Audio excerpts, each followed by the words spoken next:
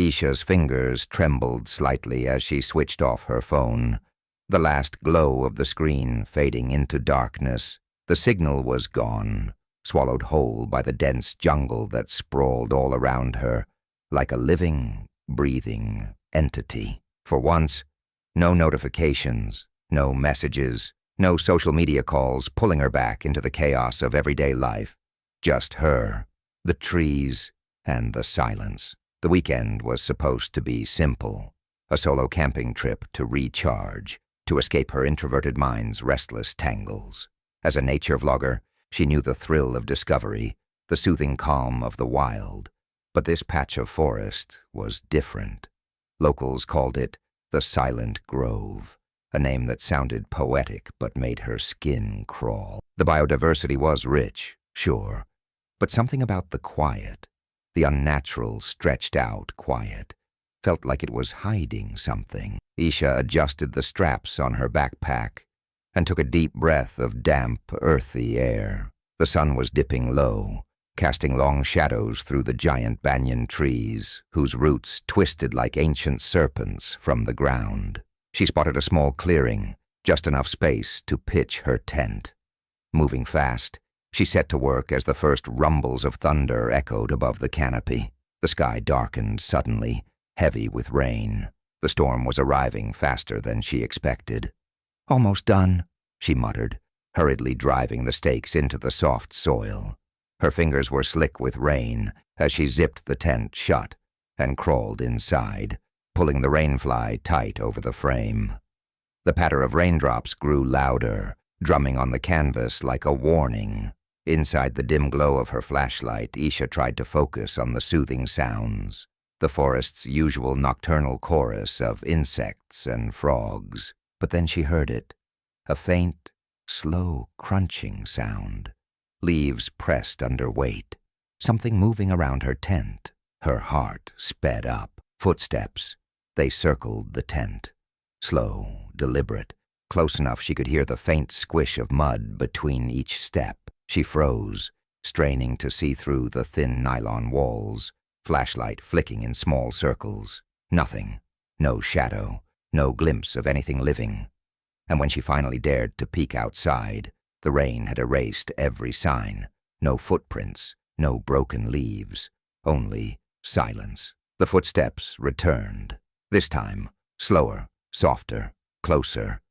It was as if whoever or whatever was out there was crouching just beyond the edge of the clearing, breathing heavy and slow. Isha's breath caught. She pressed her back against the tent wall, trying to steady her pounding heart. She fumbled for her phone in the damp pack beside her.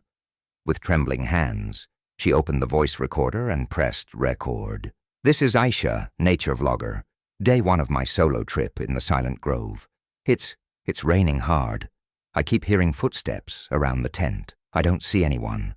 There's no footprints outside, but something is definitely out there." Her voice was steady, but low, almost a whisper. The footsteps circled again, closer then fading.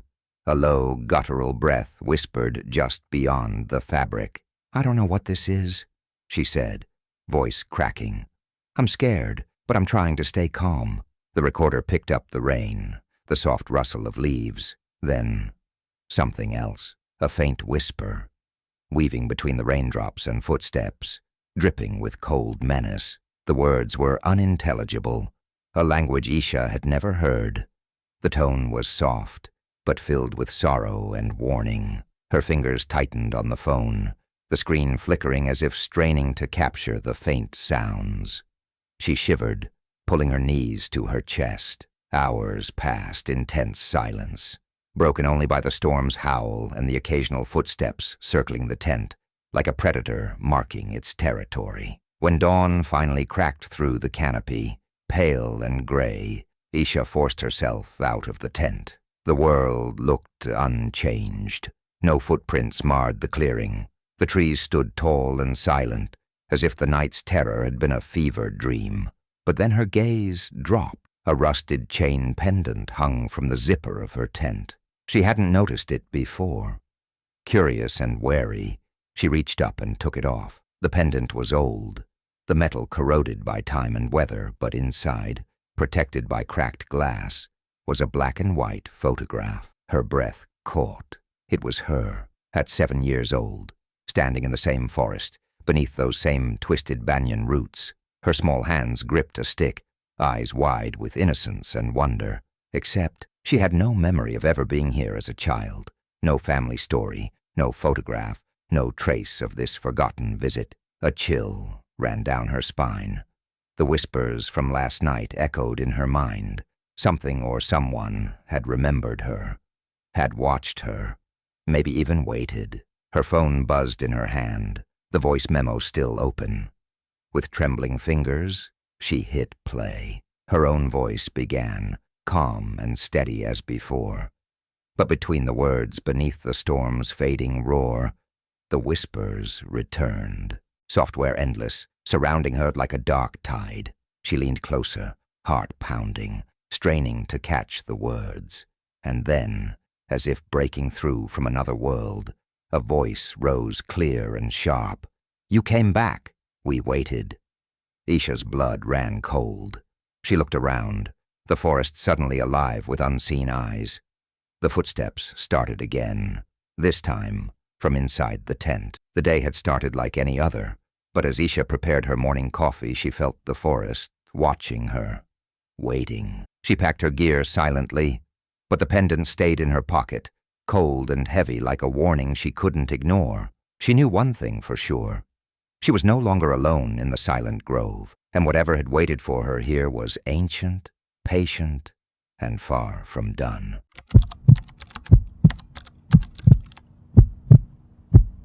When Mark suggested the digital detox, it seemed like a simple, harmless idea. His wife, Emma, and their son, Charlie, needed a break from screens and noise, from the endless barrage of social media and city life. The plan was to spend a few nights camping in a remote forest in the Pacific Northwest, a forest so little known that even the most detailed park maps labeled it inactive. The locals talked about the place in hushed tones, warning people away with vague stories about its unnatural silence.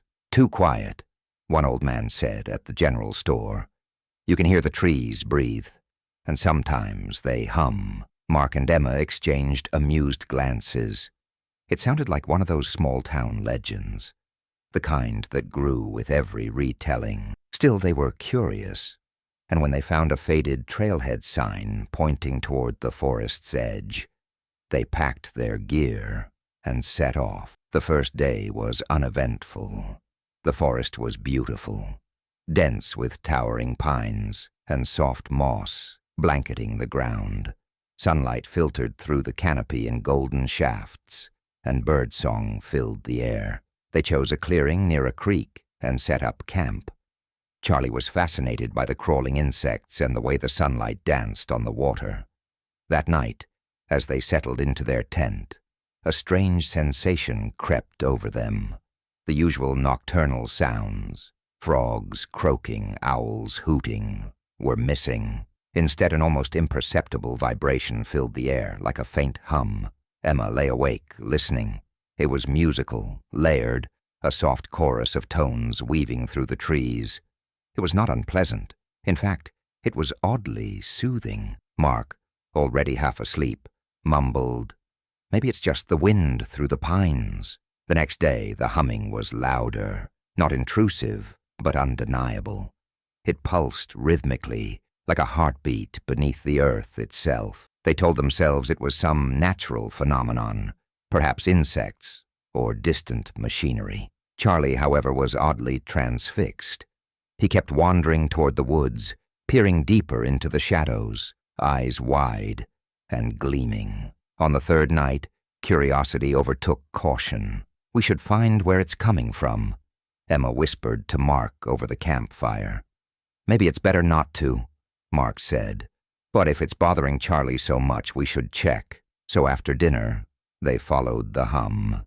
It grew stronger as they moved deeper into the forest, the trees growing thicker, the air cooler and heavier. Finally, they came upon something unsettling, a perfect circle of blackened branches, scorched as if by fire, laid on the forest floor with unnatural precision. The hum emanated from the circle itself, layered, harmonic, almost alive. Charlie stepped forward, drawn to it. "Don't go in," Emma said sharply, but Charlie's eyes were distant, hypnotized. "I'm just going to look," he said quietly, and then, as if pulled by an invisible force, he stepped into the circle. The humming stopped. Silence slammed down over the forest like a curtain. Emma reached out to pull him back. Charlie's face was pale, but serene. That night, Charlie sleep-talked. Words spilled from his lips, strange syllables that twisted and turned in the darkness. Emma recorded it quietly on her phone. They were unlike any language she had ever heard. The next morning, Charlie was different. When Emma asked about the sleep-talking, Charlie's eyes glazed over. "I'm just the shell now," he said blankly. "What does that mean?" Mark asked, his voice tight. Charlie shrugged. "I don't know." When Emma went to check the scorched circle, she noticed something chilling. 3 sets of child-sized footprints, all leading into the circle, but only 1 set leading out. Mark's face went pale. "Charlie swore. I only stepped inside once." The forest seemed to watch them. At night, the hum returned, but now it was fractured, broken into whispers and overlapping voices that rose and fell like a choir of ghosts.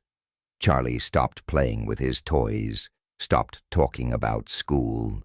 Instead, he spent hours staring into the woods, as if waiting. One evening, as Emma sat by the fire, she heard Charlie speaking softly. "No more shells," he whispered. "We want the whole." Emma froze. The third night was the worst. Charlie vanished. Mark and Emma woke to the humming, loud and urgent, echoing through the tent. They found Charlie's backpack near the scorched circle, but no sign of Charlie himself. They shouted his name, their voices swallowed by the oppressive silence of the forest. Then the humming shifted, layered and harmonic, but now tinged with something else.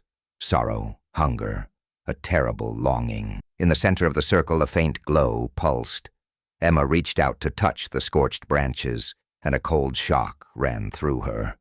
From the shadows, a voice whispered, "He is not alone." The forest had claimed more than just their son.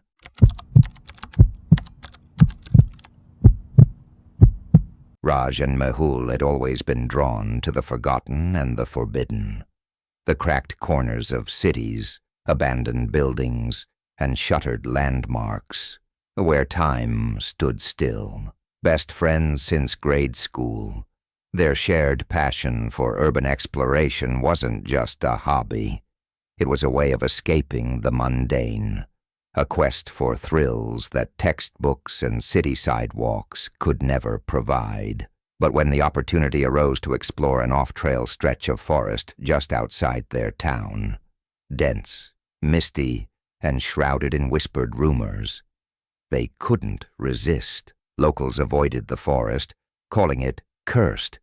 Decades ago, people had vanished without a trace there, swallowed by the towering pines and thick fog that rolled in like ghosts. No one knew exactly why, but stories passed down at the local diner spoke of strange lights, eerie sounds, and something lurking in the shadows.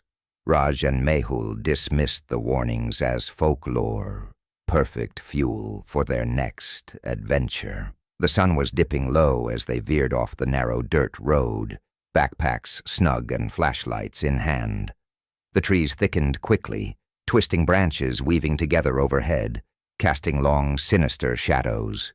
The air was cool, damp, and heavy with the scent of moss and decay. The deeper they went, the quieter it became, until only the crunch of their boots on dead leaves filled the silence. Hours passed. They mapped their way by compass and memory, heading into parts the locals wouldn't dare tread. Just as twilight slipped into night, the fog began to roll in, curling around tree trunks like cold fingers. Visibility shrank to a few feet, and the forest seemed to close in, suffocating and alive. Then Mehul stopped abruptly, shining his flashlight ahead. Raj froze. There just ahead, was a cabin, not a simple hunting shack, but an old weather-beaten structure, half swallowed by vines and moss. Its wooden planks were warped and mold-covered, darkened by decades of rain and neglect. The windows were shattered or boarded up, and the roof sagged precariously. It was as if the forest itself had grown over it, trying to erase its existence. Raj's voice cracked. "How is this still standing?" Mehul shrugged, a hint of unease creeping into his usual grin. "Looks abandoned for a century. Maybe it's been waiting for someone." The wind picked up, moaning through the trees like a chorus of lost souls. The cabin's front door creaked slowly, swinging open by itself on rusty hinges. Raj stepped forward, heart pounding. "We should go in. Shelter from the cold." Mehul hesitated but nodded. "Yeah, no way we're camping out here tonight." Inside, the air was thick with dampness and the heavy scent of rot. Their flashlights cut through the darkness, revealing walls scratched in a maddening frenzy, not claw marks, but grooves made by fingernails. The scratches formed patterns, and as their eyes adjusted, disturbing drawings emerged, covering every surface like a grotesque mural. Stick figures. 2 men in a tent, backpack straps clear even in the crude lines, something lurking behind them, a shadowy, monstrous shape with glowing eyes. And then, scrawled on the wooden floor near a dusty hearth, 2 skulls etched into the dirt. Raj laughed nervously, rubbing his arms. "Looks like some disturbed artist went wild." Mehul wasn't so sure. "Why would anyone draw us? Look, same clothes, same backpacks." Raj leaned closer. The stick figures were eerily accurate. A shiver ran down Mehul's spine. "This is messed up." They chose a corner to settle, tossing their packs down with a thud. The fog thickened outside, muffling the forest into silence. Raj pulled out a granola bar while Mehul checked their phones. No signal, naturally. Suddenly the temperature dropped. Their breath misted in the cold air, and an oppressive heaviness settled in the cabin's corners. From somewhere deep in the woodwork came a raspy whisper, so soft it was almost a breath. "The story is complete." They froze. Raj spun toward the voice's direction, but the cabin was empty. Mehul's flashlight flickered, plunging them into near darkness before flickering back on. Raj swallowed hard. "Did you hear that?" Mehul nodded, voice low. "We need to get out." But when they reached the door, it slammed shut with a force that rattled the walls. The whispering grew louder, a chorus circling them. "The story is complete. The story is complete." Panicked, Raj tried the windows, but all were barred or boarded tight. Suddenly the drawings on the walls seemed to writhe, the stick figures shifting positions. The shadow behind the men stretched out, growing taller, darker, almost alive. Mehul grabbed Raj's arm. "We're not alone." The cabin felt alive, breathing and watching. In the flickering light, the 2 skulls on the floor suddenly had a third, freshly scratched, smaller, unmistakably theirs. Raj's voice was a trembling whisper. "We have to survive the night." Hours blurred. They stayed huddled together as the whispers danced closer, the temperature dropping further, until dawn's first gray light seeped through the cracks. When the sun finally rose, Raj dared a look outside. The cabin was gone. Where it had stood was just grass and dirt, nothing but the forest reclaiming its space. They looked down and froze. Carved deep into the earth where they had slept was the same drawing they saw inside. 2 men in a tent, the lurking shadow behind them. And now, 3 skulls. Raj and Mehul never spoke about what happened in that cabin, but the locals whispered that the forest had claimed 2 more souls, joined forever in its dark story. And somewhere in the fog, a voice still whispered,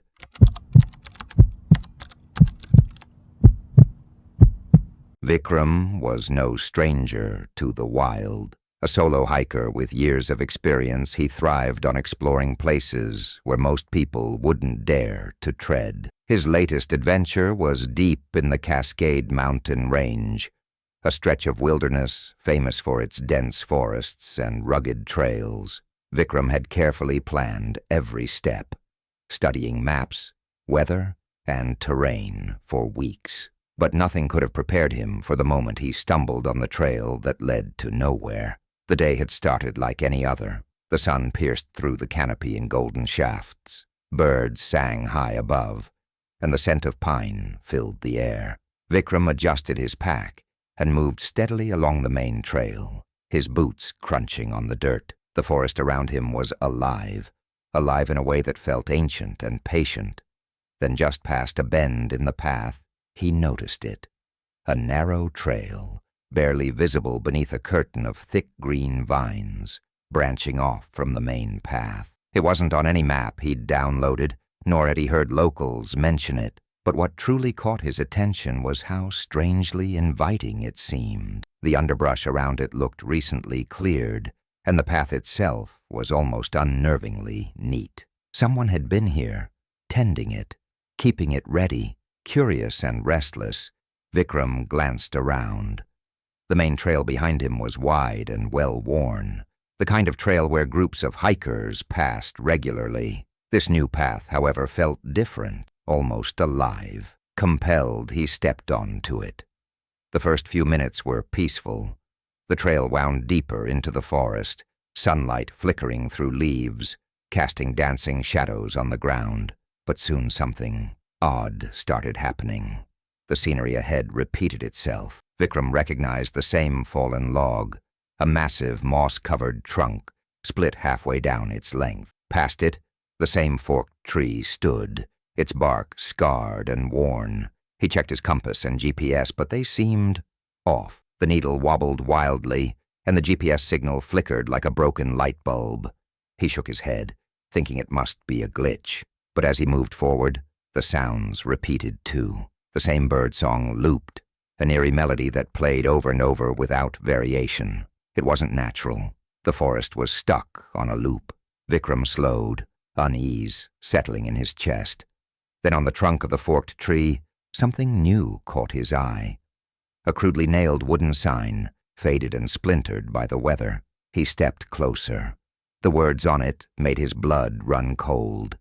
"Turn back now." He stared at the sign.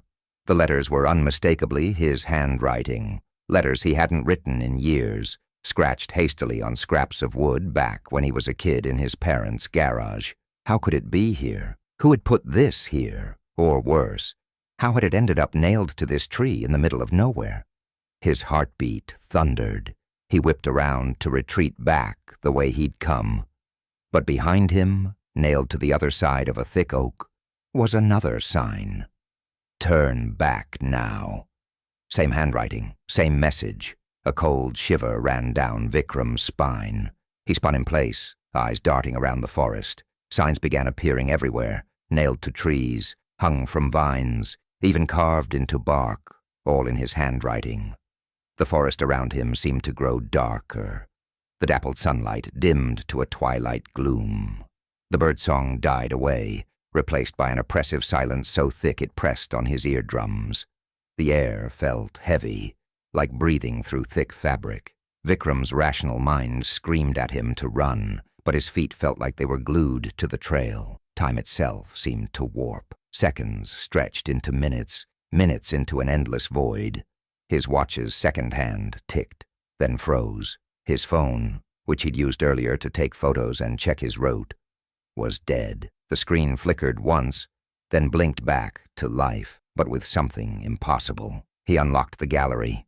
There, among his photos from the hike, was a picture he had never taken. It was a photo of himself, staring directly into the camera, taken from only a few feet away, and it was being taken right now. Vikram spun around, heart in his throat. He searched the trees, the shadows, the underbrush, but there was no one there. No movement, no sound, only the endless forest, looping endlessly back on itself. He dropped to his knees and frantically flipped through the gallery again. Every new photo was another image of himself, at different angles, different expressions. Some showed fear, others confusion. None showed where the pictures were being taken from. A whisper curled through the trees. His name. Software. Almost a sigh. Vikram scrambled up and ran down the path, desperate to break free from the loop. But the forest mocked him. Every step he took led him back to the same forked tree, the same fallen log, the same signs nailed with his own handwriting, panic twisted into dread. I didn't find this trail, he whispered aloud, voice cracking in the silent forest. The trail found me. His breath came ragged, his legs weak. The darkness thickened, swallowing the edges of his vision like ink. Suddenly a figure appeared on the path ahead. Not human, not quite shadow, not quite solid. A tall silhouette, shifting and flickering like smoke. The figure raised a hand that was half bone, half rotting flesh. "Why do you linger?" It hissed in a voice like dry leaves scraping stone. Vikram's mouth went dry. He forced himself to speak. "I want to leave." The figure smiled, a cruel, slow curl of broken teeth. The trail does not let go. Vikram understood then. This was no ordinary forest. It was a trap, a place outside time, outside reality. The trail was a lure, a snare for lost souls, for wanderers drawn by curiosity or despair. He was never meant to find this path. It found him. And now, it wanted to keep him forever. Desperation turned to defiance. He dug into his pack and pulled out his flashlight. The beam cut through the darkness, striking the figure's face. It hissed and recoiled, a wisp of black smoke unraveling where the light touched. Vikram ran, faster than he had all day. Branches clawed at his face and arms, roots tripped his feet, but he didn't stop. Behind him, the signs appeared again. Turn back now, but this time, Vikram didn't. The loop cracked. The forest around him shifted. The trees blurred and bent. The birdsong returned, but different this time. A fresh melody, hopeful and clear. He burst back onto the main trail, gasping, sweat stinging his eyes. His phone buzzed. A message. "Run," from an unknown number. Vikram didn't look back. That night, in a small motel miles from the mountain, Vikram sat staring at his phone. The photo remained, the impossible picture of himself on the trail. His fingers trembled as he deleted it, but the sign, the trail, and the whispering voice haunted his mind. Because he knew, without a doubt, the trail was still out there, waiting, watching, and one day it would find him again.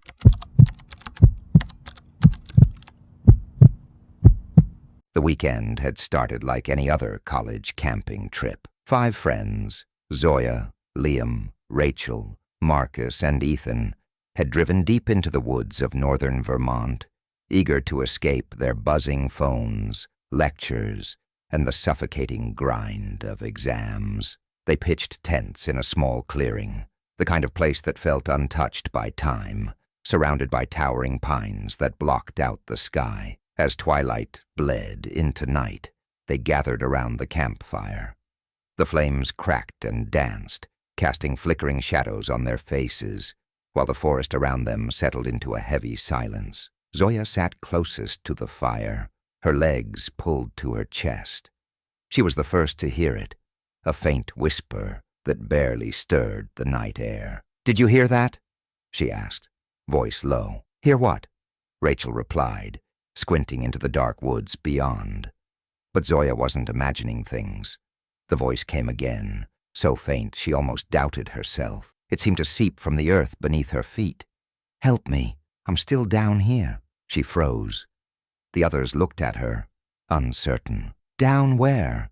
Zoya slid forward on her knees, placing her ear gently against the ground. The voice came again, weak, broken, desperate. "Help me," Liam frowned. "Are you sure? Maybe it's just the wind." But Marcus was already pulling a flashlight from his backpack. "Let's check it out. Could be some kind of animal trapped or something." They crouched, shifting aside pine needles and dry leaves. There, half buried beneath moss and dirt, was a heavy wooden trapdoor sealed with thick, rusted chains. The metal groaned when they yanked it open, revealing a narrow stone tunnel spiraling downward, swallowed by darkness. Rachel swallowed hard. Maybe we shouldn't, but curiosity had its own grip. With their flashlights cutting through the gloom, they descended. The walls of the tunnel were cold, rough stone, covered in faded carvings, strange symbols, jagged lines, and what looked like dried handprints smeared along the edges, as if someone had clawed their way out long ago. At first, the voices were a murmur, echoing from deeper underground. Then they grew louder and clearer. Ethan stopped, his face paling. "Guys, I hear my mom. She's calling me." No one spoke as the rest of them listened. It was unmistakable, a woman's gentle voice whispering his name, soft and sorrowful. Ethan's mother had died 2 years ago, suddenly, from a heart attack. Rachel shivered. "I hear a kid laughing." She clutched Marcus's arm, eyes wide. Marcus swallowed hard. "My little sister. She drowned when I was 10. Nobody ever knew about that laugh." The tunnel twisted deeper. The voices overlapped. Cries, whispers, laughter, all tangled in the damp air. Suddenly a cold breeze blew past them, carrying with it a faint scent of earth and decay. The flashlight beams flickered.